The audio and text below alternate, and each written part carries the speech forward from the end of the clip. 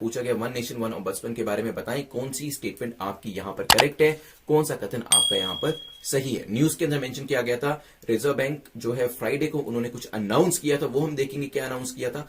पहले हम आते हैं अपने क्वेश्चन के ऊपर। The scheme is launched by ministry of finance, finance ministry के द्वारा इस स्कीम को लॉन्च किया गया है। There are dedicated ombudsman schemes devoted to consumer grievance redressal in banking, non bank finance companies, NBFCs and digital transactions. तो यहाँ पे अलग अलग एरियाज के अंदर अलग अलग ऑम्बड्समैन की स्कीम्स हैं, हो सकता है।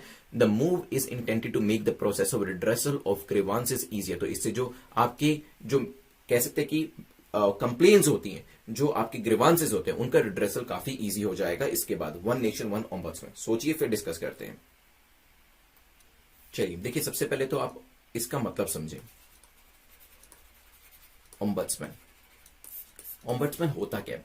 ऑम्बड्समैन इज एन ऑफिशियल जिसे कि गवर्नमेंट के द्वारा अपॉइंट किया जाता है ताकि कंप्लेन्स को, जो भी कंप्लेन्स आती हैं उनको इन्वेस्टिगेट किया जा सके जब भी कोई एडमिनिस्ट्रेटिव या कोई सर्विस जो है वो प्रोवाइड करनी होती है। अभी हमारे देश के अंदर 3 तरीके के ऑम्बड्समैन है।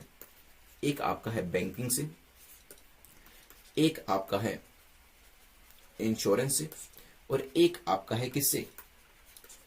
इनकम टैक्स से। ठीक है, तो यहां पर देखिए अलग अलग ऑम्बड्समैन है। बैंकिंग से लेके कोई शिकायत है तो बैंकिंग ऑम्बड्समैन के पास जाएंगे। इंश्योरेंस से लेके शिकायत है तो यहां पे एक अलग ऑम्बड्समैन है। अगर इनकम टैक्स से लेके शिकायत है कोई अलग ऑम्बड्समैन है। लेकिन 3 अगर ऐसे व्यक्ति होते हैं या 3 अथॉरिटीज होती हैं तो कंफ्यूजन बढ़ता है। तो इसी वजह से कहा है कि तीनों को ही एक ही ऑम्बड्समैन के अंडर रखना चाहिए।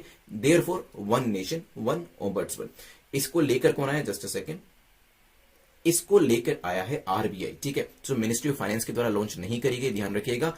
This scheme is launched bye reserve bank of India, hence the first statement is incorrect. क्या ये डेडिकेटेड ऑम्बड्समैन स्कीम जो है कंज्यूमर के ग्रीवांसेस को रिड्रेसल में हेल्प करेगी? तो मैंने आपको ये चीज पहले ही बताई कि आपकी जो कंप्लेंट्स होंगी उसका निदान करने के लिए ये जो ऑम्बड्समैन स्कीम है लाई गई है। मूव जो है वो यही है कि ये जो ग्रीवांस है वो इजियर बनाया जा सके। देखिए अब तक 3 लोगों के पास आपको भागना पड़ता था अपनी अलग अलग शिकायतों को लेकर, लेकिन अभी एक ही अथॉरिटी होगी तो आसान हो जाएगा। ठीक है, तो तीसरी स्टेटमेंट भी आपकी ठीक हो जाती है। Answer will be C. ध्यान रखिएगा, ऑम्बड्समैन के बारे में पता होना चाहिए। इंटरव्यू में पूछा जा सकता है कि ये शब्द तो हमने बहुत बार सुना है लेकिन इसका मतलब क्या है। ठीक है, और ये भी पूछा जा सकता है प्रीलिम्स के अंदर कि ऑम्बड्समैन किस किस एरिया से, मान लीजिए यूपीएससी के अंदर क्वेश्चन आता है कि ऑम्बड्समैन हमारी कंट्री में किस किस एरिया को लेकर है।